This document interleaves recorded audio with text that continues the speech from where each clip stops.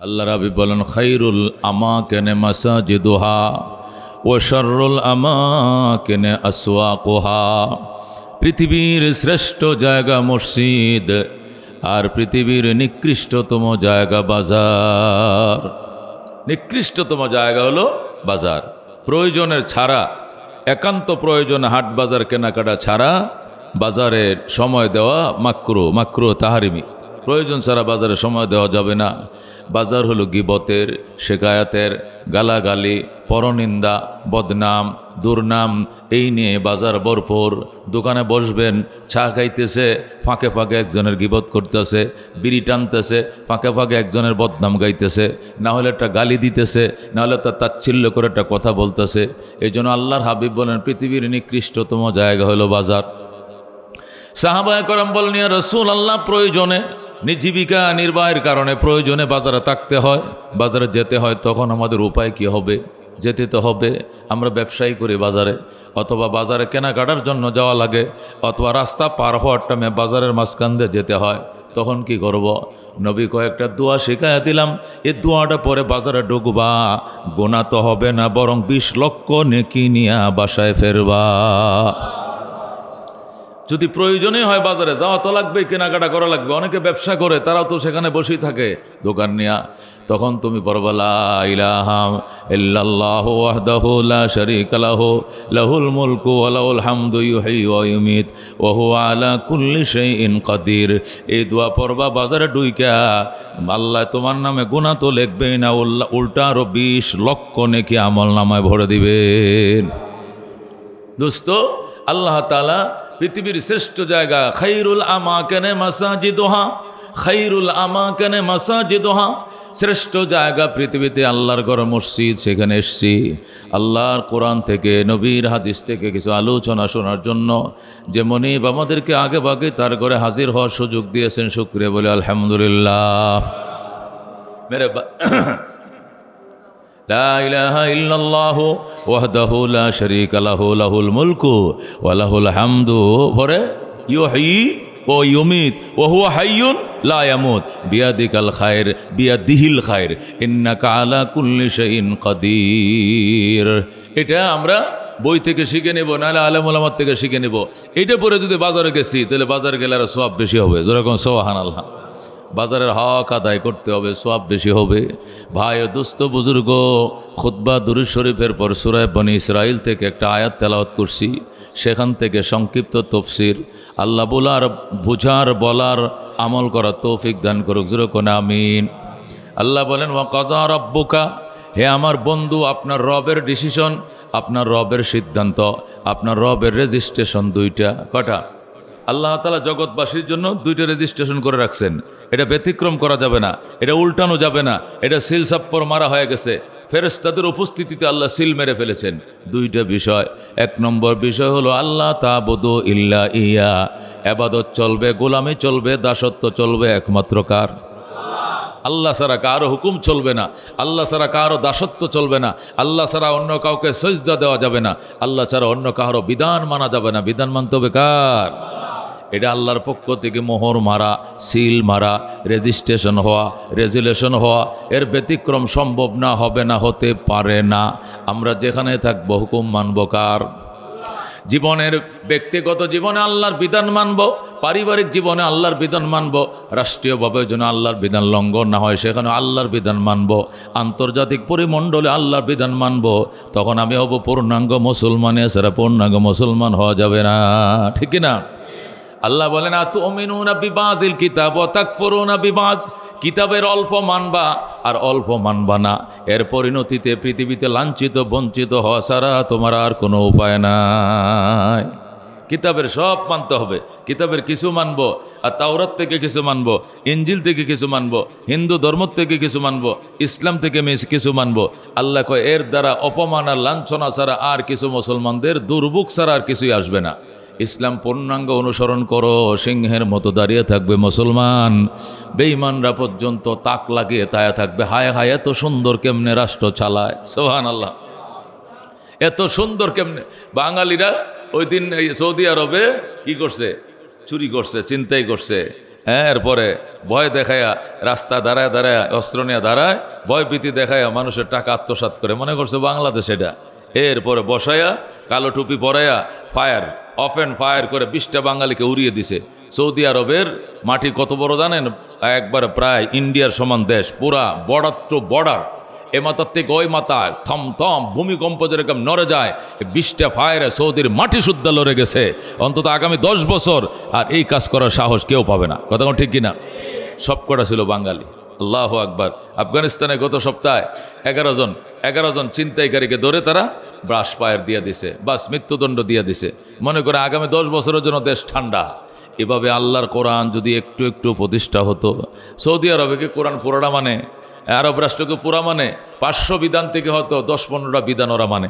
চুরি করলে হাত কেটে দেয়, জেনা করলে ফাতর মারে, বুঝলেন, ছিনতাই করলে ফায়ার করে, বুঝলেন, এই কয়েকটা বিধান জারি আছে, তাতে একদম ঠান্ডা। পুলিশকে প্রধানমন্ত্রী পর্যন্ত, ক্যাবিনেট মন্ত্রীরা পর্যন্ত পুলিশ দেখলে দোয়া ইউনুস পড়ে, দুয়ে ইউনুস। পুলিশ দিয়ে দেশ চালায়, পুলিশ দেখলে দোয়া ইউনুস পড়ে, লা হাওলা পড়ে, লা ইলাহা ইল্লা আনতা সুবহানাকা ইন্নী কাজ্জা সুরতা কো পুলিশ হইতেছে। সুরতা মানে পুলিশ, কাজ্জা সুরতা পুলিশ হইতেছে। মিনিস্টাররা পর্যন্ত কাঁপতে থাকে পুলিশ দেখলে। কেন? জানে ওদের যে আইন, এটা আমাকেও ছাড় দেবে না। আল্লাহু আকবার। বাইতুল্লাহ শরীফের কাবার ইমাম যদি একটা কথা ফুসকে মুখ দেয়া, উল্টা বের হয়ে যায়, সাথে সাথে গায়েব হয়ে যাবে। চন্দ্র সূর্য আর দেখবে না। চন্দ্র কবে উঠে, সূর্য কিভাবে উঠে, কবে কোথায় ডুবে, মরুভূমির এমন তলদেশে নিয়ে লুকাবে। আর মৃত্যুর আগ পর্যন্ত যদি মুক্তি পায় তাহলে দেখবে চাঁদ সুরজ, এছাড়া চাঁদ সুরজ আর দেখবে না। ঠান্ডা দেশ। কেন? এই কয়েকটা বিধিবিধান চালু থাকার কারণে। আল্লাহ রাব্বুল আলামিন বলেন, আমারও বিধান একটাই, আমাকে মানবা তোমার ব্যক্তি জীবনে, পারিবারিক জীবনে, আন্তর্জাতিক পরিমণ্ডলে আমাকে মানো। আমি আল্লাহ সিদ্ধান্ত করে ফেলছি তোমার শান্তির জন্য এটা বড় সোপান হবে, দলিল হবে। জোরে কোন সুবহানাল্লাহ। এটা আমার 1 নম্বর সিদ্ধান্ত। 2 নম্বর সিদ্ধান্ত, আবিল ওয়ালিদাইনি ইহসানা, খেদমতে প্রাধান্য পাবে মা বাবা। কে পাবে প্রাধান্য? মা বাবা খেদমতে প্রাধান্য পাবে। আমরা ফিরের খেদমতের জন্য, ফকিরের খেদমতের জন্য, ডাক্যা বাবার খেদমতের জন্য, উকিল বাবার খেদমতের জন্য পাগল হয়ে যায়, অথচ নিজের মা বাবার পরনে কাপড় নাই। আমার বিবাহ বার্ষিকী এসে গেছে, বিবাহ বার্ষিকী এসে গেছে, আমার ম্যারেজ ডে এসে গেছে। 42 বছর আগে বিয়ে করছে, এখনও ম্যারেজ ডে পালন করে। আর যেদিন ম্যারেজ ডে পালন করে ওই দিন উকিল বাবার জন্য লুঙ্গি ফাটায়, উকিল মার জন্য শাড়ি ফাটায়। মা ডাক দেখো, পুত্রে এত সুন্দর শাড়ি কারে দেশ? উকিল মারে দেই, উকিল বাবারে দেই। মায়ের পরনে কাপড় নাই, উকিল মারে কাপড় দিলে এটা আল্লাহ রাব্বুল আলামিনের আরশে কোনোদিন সইবে না। আল্লাহর আরশের মালিক এটা কখনো মেনে নিবে না। 30 বছর আগে বিবাহ করছো, একটা লোক তোমাকে বউ ঠিক করে দিছে, উনি ওকালতি করছে। ওই সময় তুমি তারে কত কিছু দিছো, জামা কাপড়, লুঙ্গি, জুতা, জামা সব দিছ। এখনো বিবাহ বার্ষিকী তুমি তারে দাও, অথচ মায়ের পরনের কাপড় ছেঁড়া, বাবার পরনের লুঙ্গি ছেঁড়া খবর নাই।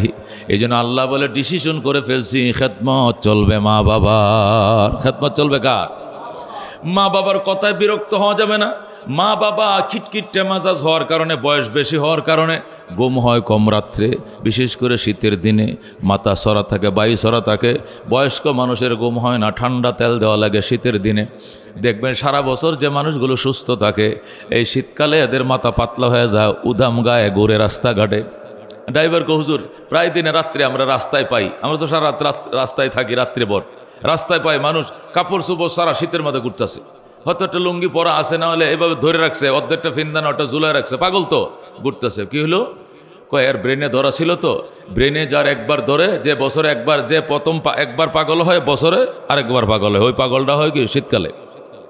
শীতকালে মস্তিষ্ক শুকায় যায়, মস্তিষ্ক শুকিয়ে যাওয়ার কারণে পাগলামিটা মাতলামিটা উঠে আবার কি ফুটে ওঠে, যার কারণে শীতের দিনে ঘরে থাকতে পারে না। ওরা গরমে অস্থির হয়ে ঘর থেকে বের হয়ে যায়।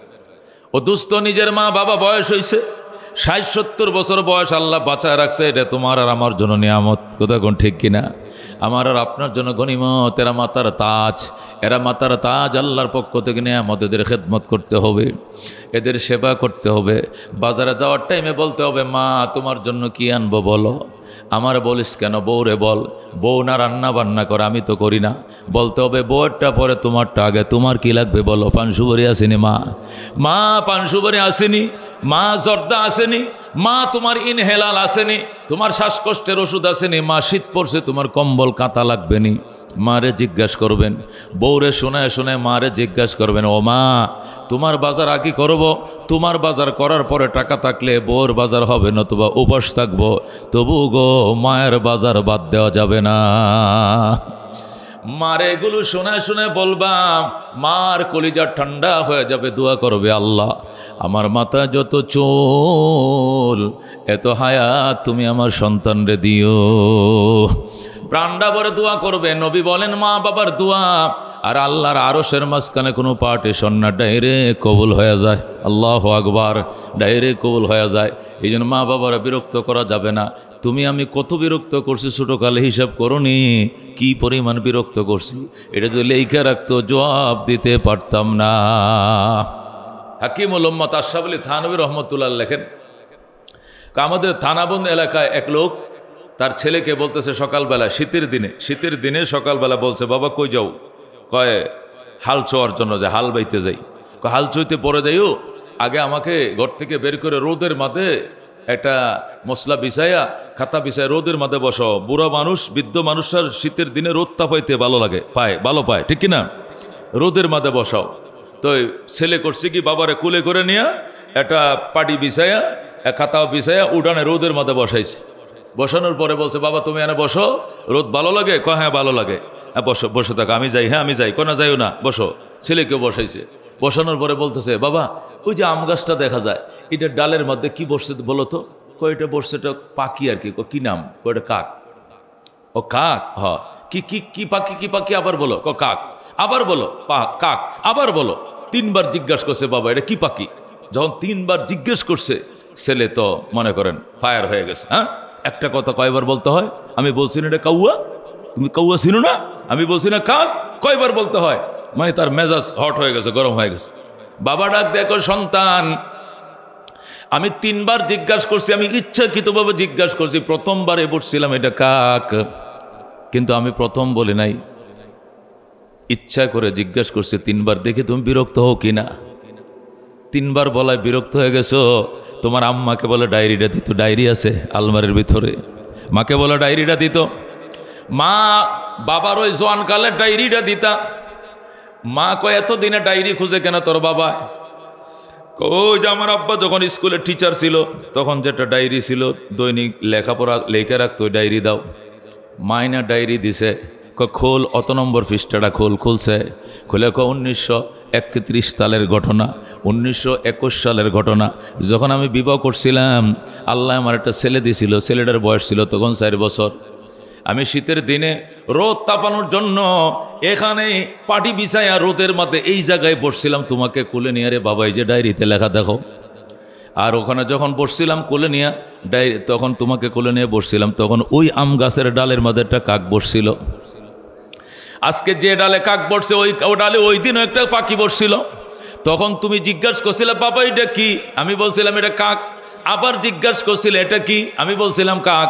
আবার জিজ্ঞাসা করছিলা, এবারে 1 বার 2 বার নয়, 20 বার জিজ্ঞাসা করছিলা, 20 বার জিজ্ঞাসা করছিলা, 20 বারে আমি উত্তর দিয়েছিলাম কাক। অর্থাৎ আমি বিরক্ত হই নাই। 20 বার আমি বলেছিলাম কাক, আমি বিরক্ত হই নাই। আর আজকে আমি 3 বার জিজ্ঞাসা করছি, তুমি বিরক্ত হয়ে আমাকে তুমি তিরস্কার করলা। বাবা এটাই দুনিয়াতে বাবা এবং সন্তানের ব্যবধান। আল্লাহু আকবার।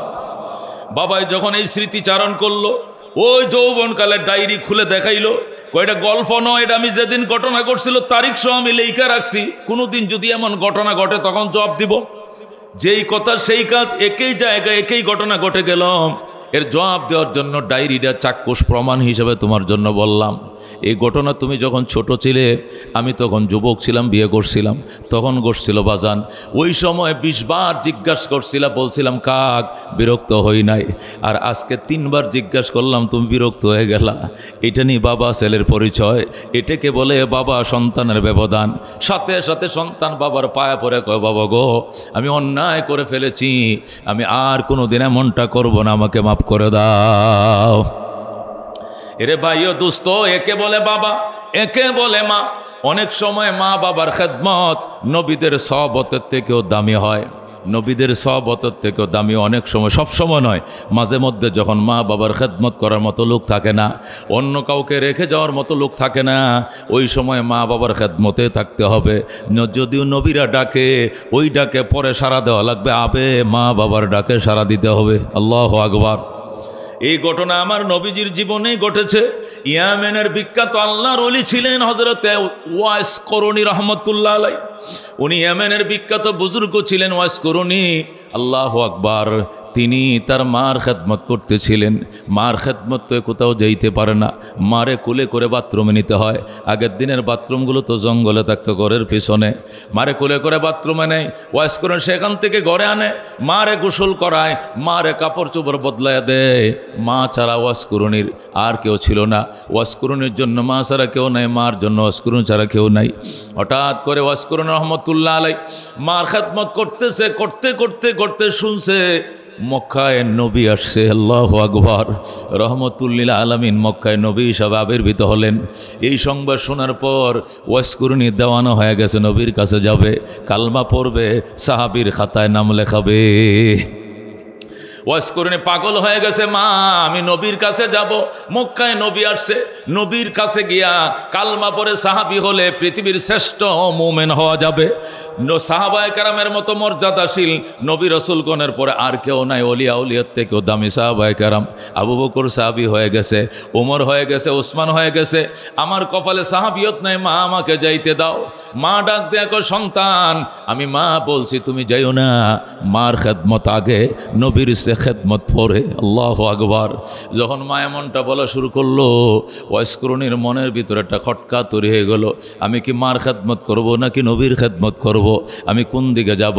আল্লাহু আকবার। এইভাবে ইতস্ত করতে করতে দিন যাইতে যাইতে হঠাৎ করে ওয়াইস করুনি শুনে মক্কার নবী হিজরত করে মদিনায় চলে গেছেন। হাই রে, ওয়াইস করুনির কান্না বেড়ে গেছে। হায়, আল্লাহ হাবিব তো আরো 450 কিলোমিটার দূরে চলে গেছেন। হাই রে, নবী কবে যেন দুনিয়ার থেকে চলে যায়। ও মা, আমি কি করব, আমাকে ছুটি দাও, তোমার খেদমতে একটা লোক রাইখা যাইতেছি, ওই লোকটা তোমার খেদমত করবে, আমি শুধু কালমাটা পরে চলে আসবো, যাইতে আইতে যত সময় লাগে, বেশি দেরি করব না। মা মা কয় না, তোমারে ছুটি দেওয়া যাবে না বাবা, তুমি যাও না, তুমি যাও না। এই ইতিমধ্যেই ওহুদের যুদ্ধ শুরু হয়ে গেছে। ওহুদের যুদ্ধে নবীজির দুইটা দাঁত ভাঙ্গিয়া ফেলাইছে মক্কার কাফেরেরা, নবীজির দাঁত দুইটা শহীদ হয়ে গেছে। এই সংবাদ কিভাবে ওয়াইস করুনি শুইনে ফেলাইছে। ও ইয়েমেন থেকে কেমনে তার কাছে সংবাদ গেছে। ইয়েমেনে যখন সংবাদ পড়ছে, ওয়াজ করুনি পাথর লিয়া নিজের গালের 32টা দাঁত ভাঙ্গে ফেলাইছে।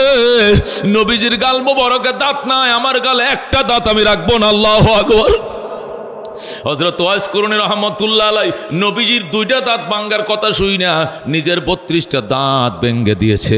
আর বলে যে নবীজির গালে গাল মোবারকে দান্দার নাই, আমার গালে কেন দান্দার থাকবে?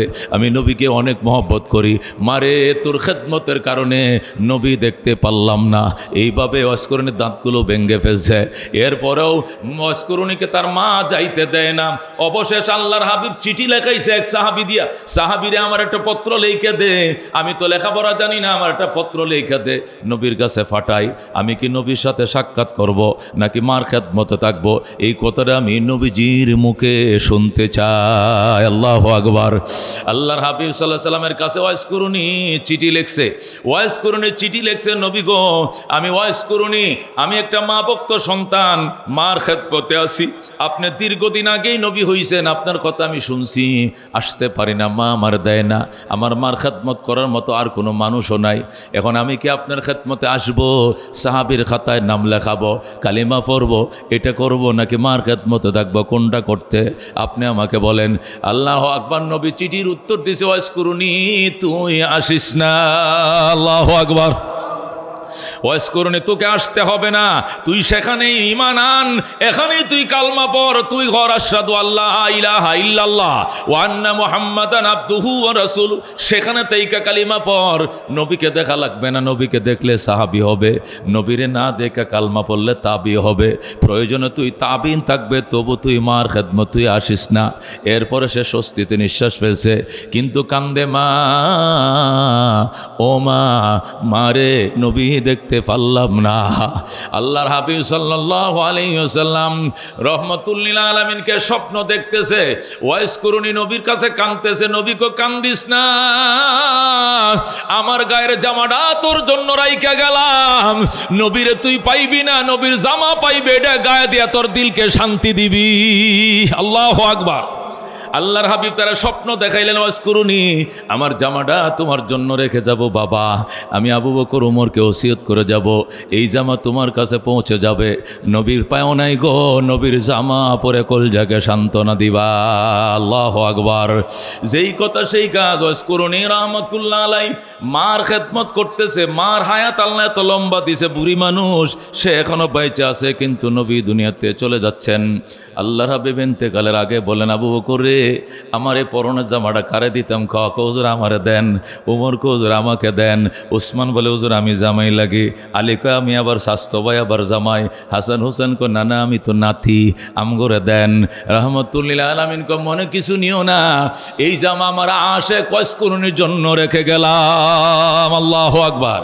এই জামা আমার আশে ওয়াজকুরনির জন্য রেখে গেলাম, আমার ওয়াজকুরনি এই জামা দিও, আমার ওয়াজকুরনি ওমর, ওমর ডাইকে ওমর যদি সময় হয় তুমি ইয়েমেন যাইও, ওমর সময় পাইলে ইয়েমেন যাইও, কোনো কারণে যদি ইয়েমেন যাওয়া হয়, ওখানে একজন মা ভক্ত মুস্তাজাবুদ দাওয়াত আছে, সে ইসমে আজম জানে, সে যেটা চায় আল্লাহ সেটাই তার কবুল করে।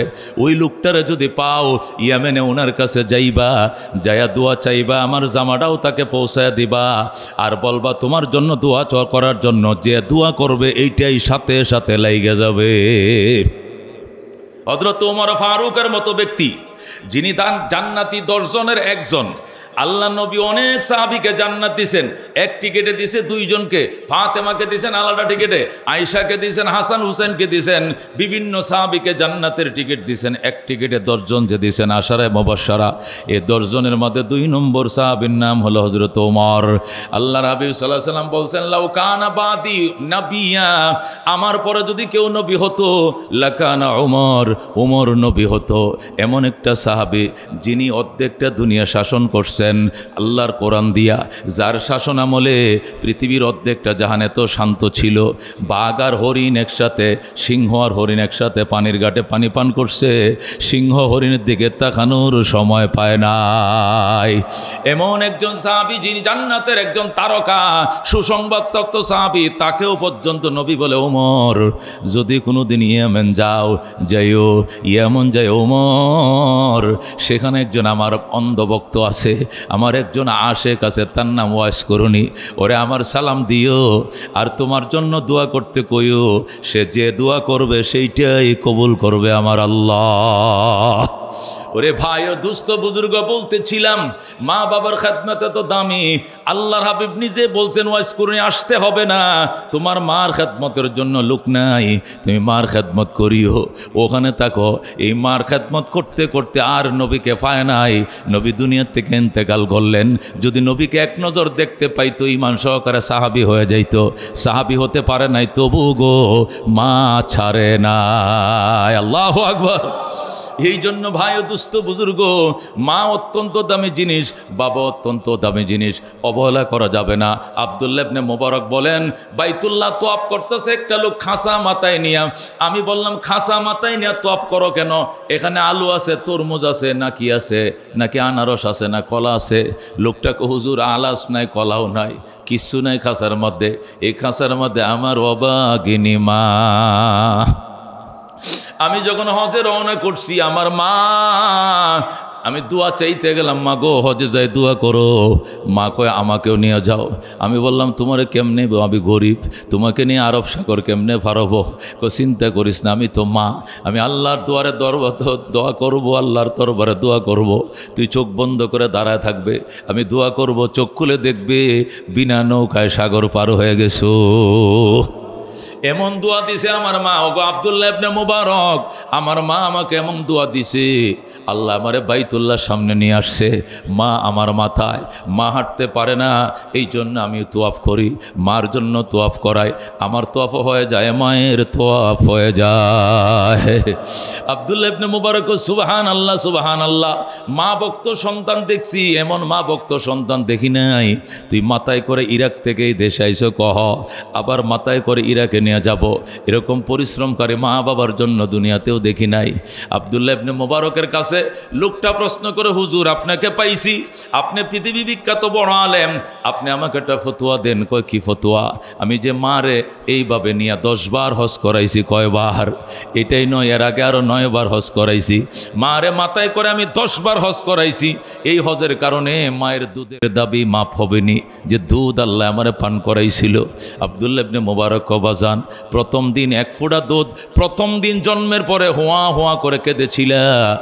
আর ওই যে 1 ফোঁটা দুধ, শাল দুধ তোমার মুখে ঢুকছিল, এই প্রথম ফোঁটা দুধ 70 ভাগ করে 1 ভাগ দুধের দাবি 10 বার মাথায় করে হজ করলে আদায় হবে না। খেদমতে মা দর পে দর কুন সুবহ শব, তাকে বাসি দর্দ আলম নেকে নাম, হর কে খেদমত কর দেও মখদুম শুদ, হর কে খুদরা দি দেও মহরুম শুদ। খেদমতে মা দর পে দর কুন ইখতিয়ার, তাকে বাসি দর্দ আলম বখতিয়ার। এই জন্য ভাই ও দুস্থ বুজুর্গ, আল্লাহর হাবিব বলছেন, মা বাবা যদি একসাথে পরামর্শ দেয়, বউ ছেড়ে দাও, বউ ছেড়ে দিও, তবু গো মা বাবা ছাইরো না। এত দামি মা বাবা, এত দামি মা বাবা। হযরত ইব্রাহিম আলাইহিস সালামের পরামর্শে ইসমাইল বউকে তালাক দিয়ে দিছে, নতুন বিয়ে করছে, তবু গো বাবার কথাও মান্য করে নাই। জোরে কোন আল্লাহু আকবার। এই জন্য হাকিমুল উম্মত মুজাদ্দিদে মিল্লত কিতাবের মধ্যে লেখে, মা বাবার খেদমত যারা করবা 5টা জিনিস পাইবা। 1 নম্বরে দীর্ঘ হায়াত পাইবা। মা বাবার খেদমতকারী সন্তান 100 বছর বাঁচে, 120 বছর বাঁচবে, 10 বছর বাড়বে, সর্বোচ্চ হায়াত পাবে। যেটা খেদমত করবে ছেলে, ওইটাই হায়াত বেশি পাবে। এর ছোটটাও মরে গেছে, বড়টাও মরে গেছে, ওইটা মরবো না। আল্লাহ নেক হায়াত, দীর্ঘ হায়াত তাকে দিবে, সুবহানাল্লাহ। 2 নম্বরে মা বাবার খেদমত যারা করবে, এদেরকে আল্লাহ বিরাট বড় বড় অ্যাক্সিডেন্ট থেকে বাঁচাবে, নির্ঘাত মৃত্যুর মুখ থেকে নিজের হাতে আল্লাহ বাঁচাবে। লঞ্চ ডুবছে, সকল সাথী মারা গেছে, সে মরবে না। সিএনজি অ্যাক্সিডেন্ট মারা গেছে, ড্রাইভার সহ সবাই মারা গেছে, ওই লোকটার গায়ে আঁচড়ও লাগবে না। 11,000 ভোল্টেজে টাচ করছে, লাথি দিয়ে ফেলে দিছে, কিন্তু সে মরবে না। মার দোয়া, বাবার দোয়া, সেগুলো এখন সুবহানাল্লাহ। আল্লাহর হাবিব বলেন, মা বাবার দোয়া আর আল্লাহর আরশের মাঝখানে কোনো পার্টিশন নাই। আল্লাহু আকবার। এজন্য হাকিমুল উম্মত বলেন, 1 নম্বরে দীর্ঘ হায়াত পাইবা, 2 নম্বরে বড় বড় মুসিবত থেকে বাঁচবা, 3 নম্বরে সম্মানের চেয়ার পাইবা। তুমি মন্ত্রী মিনিস্টার হইবা, ইমাম হইবা, খতিব হইবা, সভাপতি হইবা, সেক্রেটারি হইবা, মান্যবর হইবা, সমাজের মান্যবর হইবা, মাতবর হইবা, মা বাবার খেদমতের উসিলায়। 4 নম্বর পুরস্কার, মা বাবার খেদমত করবা গো। মা বাবার খেদমতকারী সন্তান আর কিছু পাক আর না পাক, সে আল্লাহর ঘর পাইবে, নবী রওজা পাবে, মানে হজ করবে, আল্লাহ তারে উমরা করার ভাগ্য দিবে, আল্লাহর ঘরের সামনে যাবে, খোদার ঘর দেখবে, নবীর রওজায় যায় সালাম দিবে, আল্লাহ তাকে হজ বা উমরা করার ভাগ্য খুলে দিবে। যেরকম সুবহানাল্লাহ। হাকিমুল উম্মতের প্রশ্ন করে, এটা কোন দলিল, এটা কিসের দলিলে? কয় বুখারী শরীফের 2য় খণ্ড, বাবুন ফি বিরিল ওয়ালিদাইন। আল্লাহর হাবিব বলছেন, যে ব্যক্তি মায়ের মুখের দিকে তাকাবে, নজর ফিরানোর আগে কবুল হজের সওয়াব। আল্লাহু আকবার।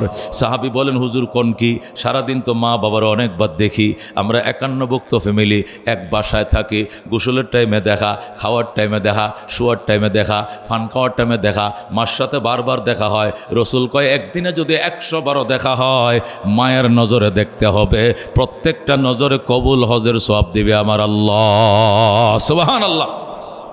5 নম্বর পুরস্কার, মা বাবার খেদমত করো গো, মৃত্যুর টাইমে তোমার হার্টবিট বাড়বে না, বুকটা দুবদুব করবে না, ভয় বলতে অন্তরে কিছু থাকবে না, ঠোঁটটা শোকাবে না, পানির তৃষ্ণা হবে না, অটোমেটিক জারি হয়ে যাবে আশহাদু আল্লাহ ইলাহা ইল্লাল্লাহ ওয়া আশহাদু আন্না মুহাম্মাদান আবদুহু ওয়া রাসূলুহু। মা বাবার খেদমত করো গো, আল্লাহ রাব্বুল আলামিন মৃত্যুর টাইমে টাস টাস করে কালমা জারি করে দিবেন। এক সাহাবী মৃত্যুর টাইমে কালমা নসিব হয় না, তার ওয়াইফ আয়েশা নবীকে বলতেছে, রসুল গো আমার স্বামীকে একটু দেখতে চলেন। কয় কেন? এত চেষ্টা করতেছি, তার দাঁতি লেগে গেছে, দাঁতে দাঁতে খিল লেগে গেছে, কালমা পড়তে পারে না। নবী কয় তার মা আসেনি? কয় আছে। বাবা আসেনি? কয় না। মা আসেনি? কয় আছে। মারে ডাকো। মারে ডাকছে, ডাইকে কয় তোমার ছেলের প্রতি কোনো দাবি আসেনি? কয় আছে। কি দাবি? বিয়ের আগে আমার কথাবার্তা শুনতো, বিবাহর পরে বউর কাছে মুরিদ হয়ে গেছে, আমার কথা শোনে না, এই জন্য আমার মনে বড় ব্যথা। নবী ডাক দেখো, মা আল্লাহর হস্তে তোর ছেলেকে মাফ করে দে, তোর ছেলে মৃত্যুর বিছানায় সংকটে পড়ে গেছে রে মা। মহিলাকে, হুজুর আমি একটু মাফ করতে দেরি হবে, আমি একটু বুঝালে মাফ করবো কিনা? নবী কয় আমি বলছি তারপরেও তোর দেরি হবে, তোর মাফ করার দরকার নাই, তোর ছেলের আমি আগুন দিয়ে ফুরায় ফেলবো। বেলাল রে লাকড়িয়ান, কেরাসিন ডাল, আগুন ধরা, এদের আমি আগুন দিয়ে ফুরায় শহীদ করে দিব, তারপরে আমি জাহান্নামে যাইতে দিব না। মা দৌড়ায় সে, হুজুর আমার কলিজার টুকরা সন্তানের গায়ে আগুন দিয়েন না, আগুন দিয়েন না, আমি তারে মাফ করে দিলাম, তবু গো আমার অবাধ্য সন্তানের গায়ে আগুন দিয়েন না, আমি মা সহ্য করতে পারবো না। তোরা আল্লাহু আকবার। নিজের অবাধ্য সন্তানের গায়ে আগুন দিবে, এইটাও মা সহ্য করতে পারে না। আইসা মেশটা নবীর হাতে নিয়ে গেছে, লাকড়িটি নিয়ে গেছে, আগুন দিয়েন না হুজুর, আমি আউয়াল আখের সমস্ত অপরাধ মাফ করে দিলাম। আল্লাহু আকবার। বাইরে মা বাবার খেদমত করলে সবচেয়ে বড় পুরস্কার মদিনায় যাওয়া যাবে। আমি আমার মায়েরে বলতাম, মা মদিনা যাওয়া আমার বড় শখ, গরিবের সন্তান, কেমনে যাব কও মা, কেমনে যাব? কয় বেটা মা দোয়া করলে কেউ ফিরাইতে পারে না, তুই ছাত্র জীবন লেখাপড়াটা শেষ কর, আলেম হ, আমি দোয়া করলাম তুই সর্বপ্রথম মদিনায় যাবে, তবে শর্ত হইলে আমারে নিবি কিনা কো সাথে। আমি কইছি ইনশাল্লাহ, হইলে আমি হজটা করিয়া পরের বছর তোমার লয়ে যাবো। মা যেমনি কইছি এমনি প্রথম বছর আমি হজ করছি 9 সালে, এর পরের বছর মাকে 10-এ আমি লিয়ে গেলাম। মা আল্লাহর ঘরের গিলাফ ধরে কান্দে। যেদিন আমরা বিদায় তোয়াফ করে চলে আসব, মা গিলাফে ধরছে, হাজি সাহেব বলতেছে, চলে আসেন চলে আসেন, আমাদের বাস ছাড়িয়ে দিতেছে, তাড়াতাড়ি আসেন। আমার মাঝে লটকি দিয়েছে, কাবার গিলাফে ধরে, বুড়ি সে তো খোদা কাবার গিলাফ ছাড়ে না। আমি বললাম, মা আহো, একটু পরে আইতেছি, এত কি দোয়া করো? বাজান তোর জন্য দোয়া করতেছি, আল্লাহ যে তোর কতবার মক্কায় আনবে তুই না শেষ করতে পারবেন। আল্লাহু আকবার। কতবার তোরে মদিনায় আনবে। মার দুয়ার বরকতে আল্লাহ 16 বার নেওয়াইছে, আলহামদুলিল্লাহ। এবার 17 বারের জন্য 26 সালের জন্য টাকা জমা দিছি। আল্লাহ কবুল করো, হুজুরে কোন আমিন। আল্লাহ সব দিছে, আল্লাহ সব কিছু দিছে, আল্লাহ কোনো কিছুর অভাব রাখে নাই। এই জন্য দুস্থ ভাই ও বুজুর্গ, খালি অভিযোগ আমার কাছে, হুজুর মহিলারা ফোন করে মালিবাগ থেকে, হুজুর আমার ছেলে কথা শুনে না, মা বাবার অষ্টা আজকে আবার করেন, হুজুর সন্তান কথা শুনে না, মা বাবার অষ্টা আবার করেন। আর কত শোনাবো আপনাদেরকে, 27 বছর ধরে শোনাইতেছি। এই জন্য দুস্থ বুজুর্গ খবরদার, মা ময়াকার ময়াকার মা মনে রাখেন। এই ম দিয়ে মক্কা, এই ম দিয়ে লেখে মদিনা, এই ম দিয়ে মোহাম্মদ, এই ম দিয়ে মোবারক, এই ম দিয়ে মুনাব্বর, এই ম দিয়ে মজিদ, এই ম দিয়ে মোহাম্মদুর রসুল্লাহ, এই ম দিয়ে ময়াকার মা, আমার কলিজা টুকরা মা। কথা ঠিক কিনা?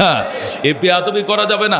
এদের নামে সাদাকা করতে হবে। মরে গেছো সদকা করো, বেঁচে আছো হায়াতের জন্য সদকা করো। মরে গেছে জান্নাতে যাওয়ার জন্য মার জন্য সাদাকা করো, আর বেঁচে আছে হায়াতের জন্য সদকা করো। রাজি আছেন ইনশাআল্লাহ? আল্লাহ কবুল করে যেরকম আমিন।